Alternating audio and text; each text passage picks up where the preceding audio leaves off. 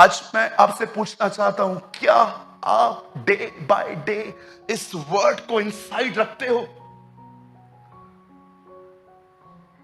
यह वचन चूमने के लिए नहीं मिलता कि इसे मैं हर दिन उठ के ऐसे चूमूं। ये लाल कपड़े में ओढ़ने के लिए नहीं मिलता। ये पर्स में सिर्फ कैरी करने के लिए नहीं मिलता। आजकल बाइबल उठाना एक फैशन, एक एक्सेसरीज में आ चुका है कि फोन ले लिया, पर्स ले लिया, बाइबल भी ले ली। बाइबल बताती है, दाऊद कहता है, मैंने उसका वचन अपने दिल में रखा है, मैंने उसका कलाम अपने दिल में रखा है ताकि मैं उसके प्रति गुनाह न करूं। आप जानना चाहते हो वचन को रखने की सही जगह क्या है? पंकज एक वचन लगाइए, यूहन्ना 3:16 सबने पढ़ा है ना? आइए आज ये भी 3:16 पढ़ के देखिए ब्रदर। कोलोसियंस 3:16 लगाइए यहां पर। आप लोग खोलिए मत, यहां देखिए ताकि आप डिस्ट्रैक्ट ना हो। ये देखिए, कुलिसियो, मसीह के वचन को अपने हृदय में अधिकाई से बसने दो। जो आप रखोगे वही आप बनोगे। वॉट एवर, जो आप दिल में रखोगे, और सत्य ज्ञान सहित एक दूसरे को सिखाओ और चिताओ, और अपने अपने मन में कृतज्ञता के साथ परमेश्वर के लिए भजन, स्तुति गान और आत्मिक गीत गाओ। क्यों पॉल कहता है कोलोसियंस को कि तुम्हें कलाम को अपने दिल में रखने की जगह है? क्योंकि वो जानता था जो हम रखेंगे वैसे हम बनेंगे। परमेश्वर जब इब्राहिम को बुलाता है, मैं आपको बताना चाहता हूं, इंटरनेट नहीं थी तभी, यूट्यूब नहीं था, बाइबल नहीं थी, संगति नहीं थी, पास्टर नहीं था, चर्च नहीं थी उसके पास। एक ही चीज प्रभु ने उससे दी, तुझे एक वंश मिलेगा, तेरे बेटे के द्वारा।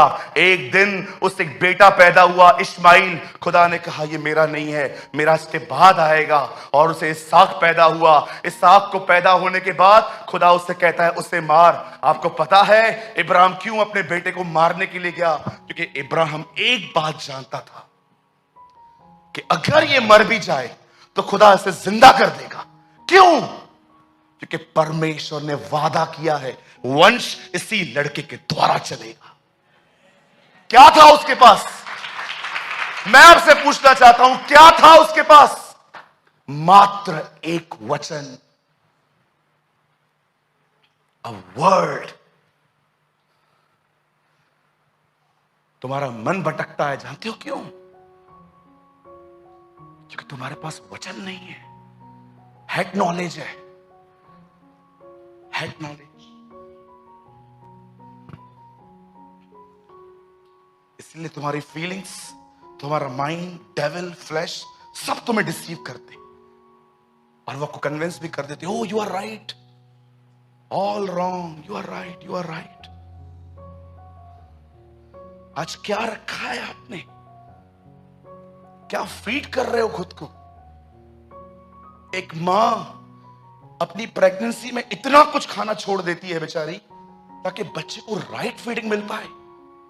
आप मुझे बताइए, कोई ऐसी वुमेन बताइए 6 महीने के बाद वो सब खाती है? जब उसका 5वां 6वां महीना चालू होता है, जब उसका स्टमक बाहर आना चालू करता है, जाओ उससे पूछो वो क्या क्या छोड़ देती है। क्यों? क्योंकि वो जानती है जो वो खाएगी वही बच्चे को मिलेगा। एक पास्टर भी ऐसे ही होता है, जो वो खाता है वही वो चर्च को देखा है। आज मेरी बहनों, मैं आपको बताना चाहता हूं, आज जो आप खाते हो उसका मिल्क बनता है, और वही मिल्क आप अपने बच्चों को देते हो। कई सारे लोग आज, कई सारे लीडर्स, हमारे हमारे हमारे प्रचारक भाई, अब देखो वो चर्च को कुछ नहीं दे पाते। क्यों नहीं दे पाते? क्योंकि कुछ खाते ही नहीं है वो।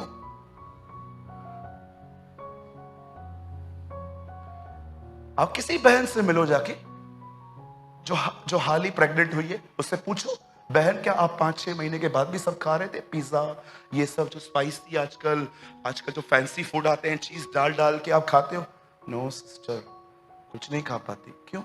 और मैं खाऊंगी मेरा बच्चा बीमार पड़ेगा। क्या खाते हैं आप? उठो उन मंडलियों से जो तुम्हें यीशु नहीं कुछ और दे रहे हैं।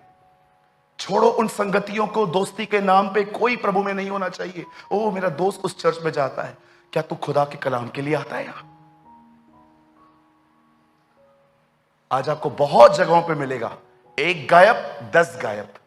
जानते हो क्यों? क्योंकि आजकल बहुत सारी कलीसियां, जानते हैं किस किस कार्ड पे चल रही है? दोस्ती। मेरी दीदी किधर है, मेरे भैया किधर है, उनके लिए आता है तू?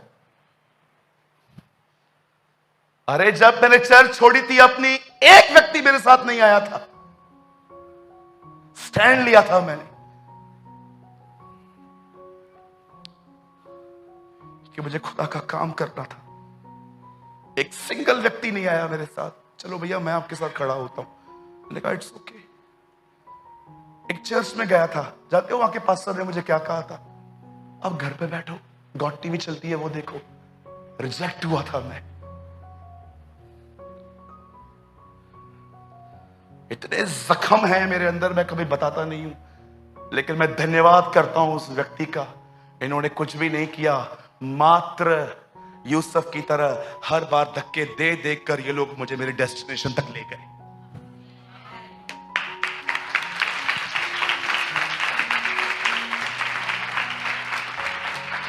याद रखिए, अगर परमेश्वर ने, यहां देखिए, अगर खुदा ने आपके लिए डेस्टिनेशन रखी है ना, वो आपको धक्के भी मरवाएगा।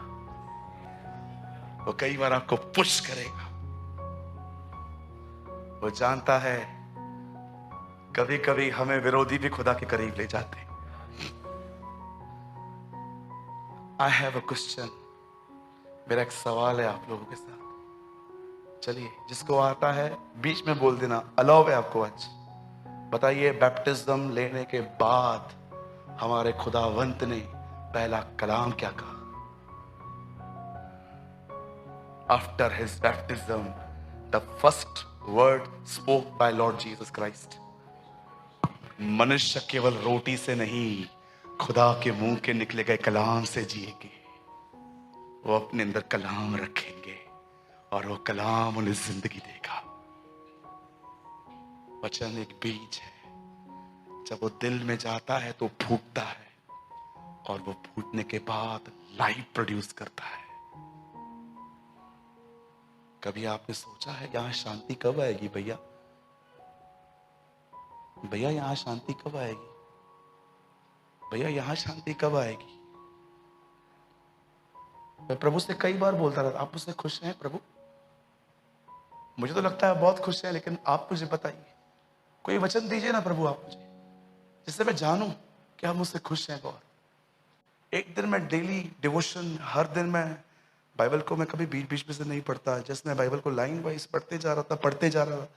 एक दिन मैंने एक ऐसा वचन पढ़ा, ओ आप बिलीव कीजिए, मैंने बाइबल पढ़ना बंद की। मेरे घर में उन दिनों में, अब शायद अब ये जमाना ही नहीं रहा है, यूट्यूब आ गया है। पहले है ना वीसीआर होते थे, वीसीआर, सीडी लेते थे, सीडी हम लोग सीडी डालते थे। किसी को याद है? सीडीज लेते थे हम लोग, सीडी डाल के मैंने जब वो वचन पढ़ा ना, मैंने वो, हमारे पास एक वीसीआर, एक प्लेयर होता था, एक डीवीडी होती थी, मैंने वो निकाली, वो डाला, और आप बिलीव कीजिए मैं 20 मिनट नाचा। मुझे गाना भी याद है, तो गाओ हालेलुया, तो गाओ हालेलुया, यीशु ने हमें बचाया है शर्म से, यीशु ने हमें छुड़ाया है शैतान की चाल से।